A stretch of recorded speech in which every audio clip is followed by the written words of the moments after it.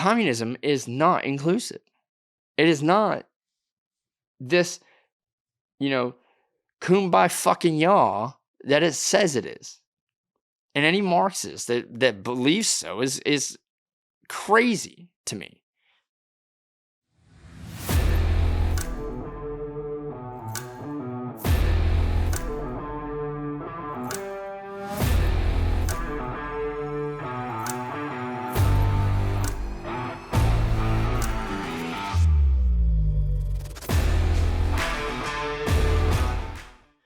Furthermore, I want to talk about the Chinese Communist Party.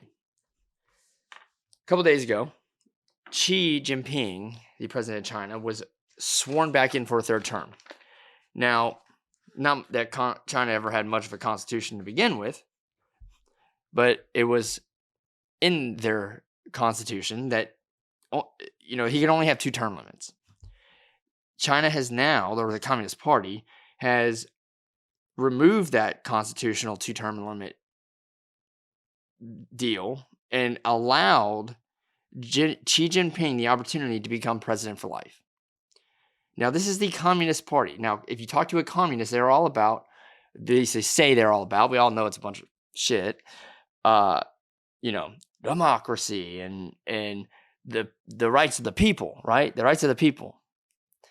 What a joke. However, every time a communist party becomes head of a country, it becomes a one-party system with a small minority that are even in the party to begin with. And I'm going to go over that in a second. And it removes all human rights from everybody. Again, this goes back to this concept. You cannot take away individual freedoms in order to make society more free. Okay, if you want to make society more free, then you have to make the individuals more free, because the individuals are what make up society. That's all society is a group of individuals with common interests. And if you're taking away the freedoms and the rights of one individual in order to make all of society more free, well, you haven't done so. It's impossible. I did some research on this, and I wasn't too sure on the numbers, but only 7% of the Chinese population belongs to the Communist Party. Let's compare and contrast this for a second. The Republican Party, let's say 40% of voters are a part of the Republican Party. I don't know, but it's probably around 40 to 50%.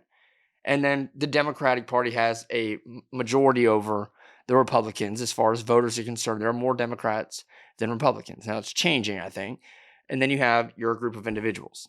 And then you have some other small parties, right? All the countries have it. But for the most part, we have a 2-party system. And then you have the independents in the middle. But it's half and half. Again, we're generalizing.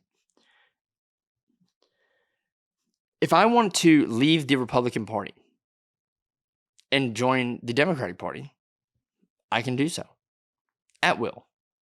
No one can kick me out of the Republican Party. Nobody can kick me out of the Democratic Party, or no one can stop me from being independent.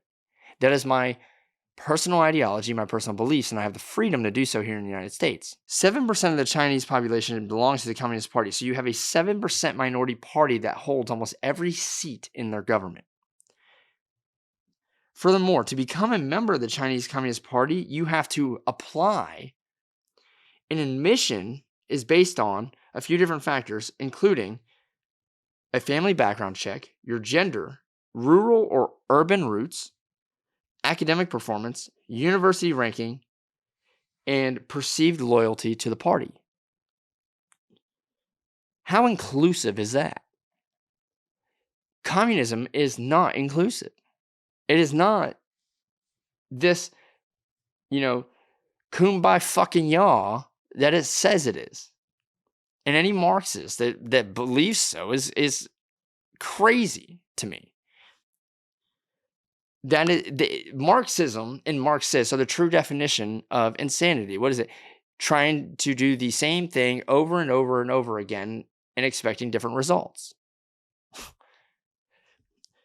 Yet, these Marxists and communists go down the same path over and over and over again, trying to achieve something that's impossible and get the same result. Nothing changes. 1 in 16 people in China belong to the Communist Party, yet it holds almost every seat in the government, and 75% of which are male. Go look at a picture of the Chinese Congress. And the reason I'm bringing this up is Hu Jintao, he's Xi Jinping's predecessor, member of the Communist Party, was just kicked out of a meeting, a congressional meeting yesterday. I don't know what, I don't speak Chinese. I don't know what the dispute was about, but they picked him up and escorted him out. He was the guy literally sitting right next to Xi Jinping. Xi Jinping finished the meeting with no one in the seat next to him. I can't stand when we have our own representatives and senators trying to censor another elected official. Remember this happened, I believe it was Marjorie Taylor Greene. They were going to censor her and then some other people. I don't care what they say. They did not put those people there. The people of the United States voted them there.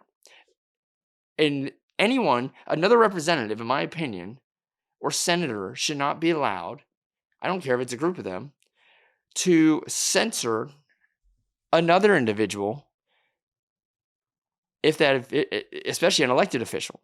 The only people allowed to censor those should be the ones that are voting, which means if you want to censor your representative, then you damn sure better vote him out or her out come election time. That's of my opinion. In China, they just remove them. They just escort them out with Secret Service. You don't like what we say, then leave. Forcefully. I want you to think about this. A communist government, all the inclusive communists dictate who is allowed to even be in the party and share that ideology. They're not even allowing people to support that way of belief without meeting certain requirements. There's no freedom there. It's almost, and when you think about a family background check, it's based off of what your family has done in the past. That sounds a little bit like the caste system of India. You're born into a certain class. People actually support this in the United States. Can you believe this? It goes as far as that new members, like if you're in college and you apply, there's a good article about this talking about the application process for some of the university students. By the way, a lot of those university students, those Chinese university students, are studying here in the United States. That a lot of them, once they get approval and get past their probationary period of being in the party, they will, when applying for jobs, put it on the resume that they're a part of the Communist Party. And it actually benefits them in China because it's like the government or the Communist Party has vouched for you at that point because it's a very selective process. So imagine you're going and applying for a job in the United States, and for you to get a job outside of the government, by the way, this is in the private sector. This isn't like you're going to go and work on Ron DeSantis's campaign.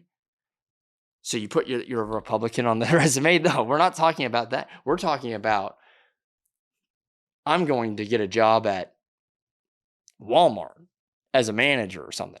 Yeah, I'm a member of the Chinese Communist Party. Oh, great. That's awesome. And you have a better chance of getting selected based off of your political and personal ideology. It's not an inclusive way of thinking. Nothing about communism is inclusive. It's get on board or get out. And when I say get out, it's usually, historically speaking, in the form of some sort of purge. This is not made up. And this still goes on in China. We talk about human rights here in the United States. Go look at the United States' Senate. Go look at the United States' House of Representatives. We talk about how it's not diverse enough. We have women, we have black people, we have Spanish people, we have Muslims. Not in China. You have like 4 women. The rest are Chinese males that are all a part, and even the women, by the way, are a part of the Communist Party. You have a minority party ruling the entire country. By the way, you don't vote for president in China. You vote at your local election, that's it. there are no national elections. So like the general election we have here for the President of the United States, you don't have that. So how much of a democracy is China, or even a republic, right? The People's Republic of China, whatever the fuck it is. It's not a republic. It's not a democracy. It's an authoritarian government that has a dictator. And it's as simple as that. And every country ever run by a communist party goes down that path. Prove me wrong. Every country. So to all you Marxists and Leninists out there, Marxists and Leninists, like it's different, right? Slightly different. All you Marxists out there, you communists out there, you socialists, you democratic socialists, that's a big fucking joke. If you want to come on the show and debate me, I would love to. Because they're all going to say the same thing. You don't know what you're talking about. You don't even know what communism is. I'm very, very, very knowledgeable on what communism is. I've studied it. I have every book written by Marx back here on my shelf. Read them all. Studied both sides. Have a degree in economics. I'm extending this invite out to you. We can discuss it. But the fact that, you have to be selected into a party, a political party that is supposed to be for the people, come on. Not very people-like. Sounds more elitist to me. By the way, I was reading crazy stat last year in 2021. The top 20% of wealthy individuals in China were 10.4 times wealthier than the bottom, which is more of a wealth gap than in the United States.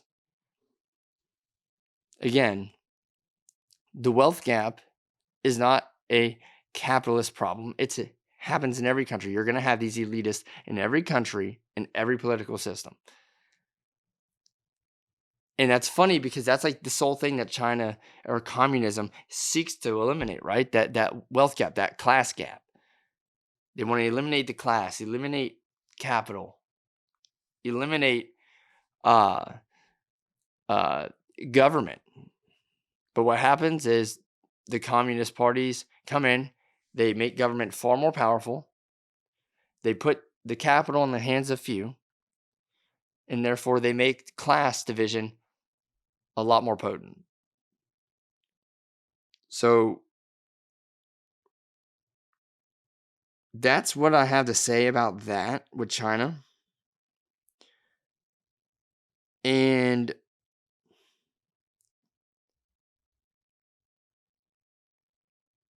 I just want people to, do some careful consideration when going down this road of, I think I want more socialist policies in the United States. I think I want to be more Marxist. And for you current Marxists, really take a deep dive into history.